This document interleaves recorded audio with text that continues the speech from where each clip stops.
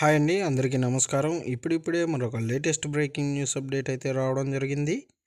అదేమిటంటే ఉపాధి హామీ కూలీలకు కేంద్రం గుడ్ న్యూస్ అంటూ ఇప్పుడిప్పుడే మరొక లేటెస్ట్ న్యూస్ అయితే రావడం జరిగింది. అయితే దీని గురించి పూర్తి సమాచారం తెలుసుకోవాలంటే మన వీడియోని ఎక్కడ స్కిప్ చేయకుండా చూసినట్లయితే మనకు పూర్తి సమాచారం తెలుస్తుంది. ఇక లేట్ చేయకుండా వివరాల్లోకి వెళ్దాం. సాధారణంగా పల్లెల్లో ఎక్కువగా గ్రామీణ ఉపాధి హామీ పథకం చాలామంది జీవనోపాధి కల్పిస్తూ ఉందని తెలుపుతూ ఉంటారు.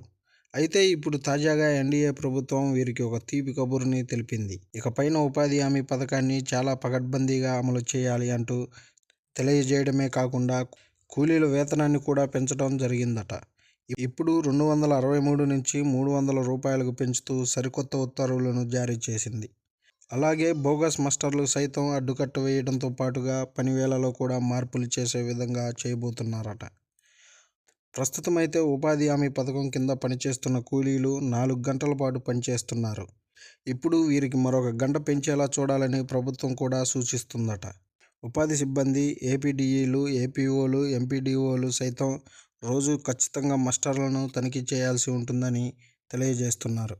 అలాగే ఉపాధి కూలీ హామీ పథకానికి సంబంధించి 300 రూపాయలు లబ్ధి పొందాలి అంటే ఈ మొత్తం పనులు ఎంత సమయంలో చేయాల్సి ఉంటుందనే అంశాలపైన కూడా జిల్లా స్థాయిలో వేతనాలకు సంబంధించి పర్యవేక్షణ విభాగం తెలియజేస్తుంది అంటూ తెలుపుతున్నారు. ఈ మధ్య ఉపాధి హామీ పథకాలలో కూడా బోగస్ మాస్టర్లు ఎక్కువ అవుతూ ఉండటంతో పాటుగా అలా మాస్టర్లు వేసుకొని ఆ వేతనాలను స్వాహా చేస్తున్నట్లుగా వార్తలు వినిపిస్తున్నాయి.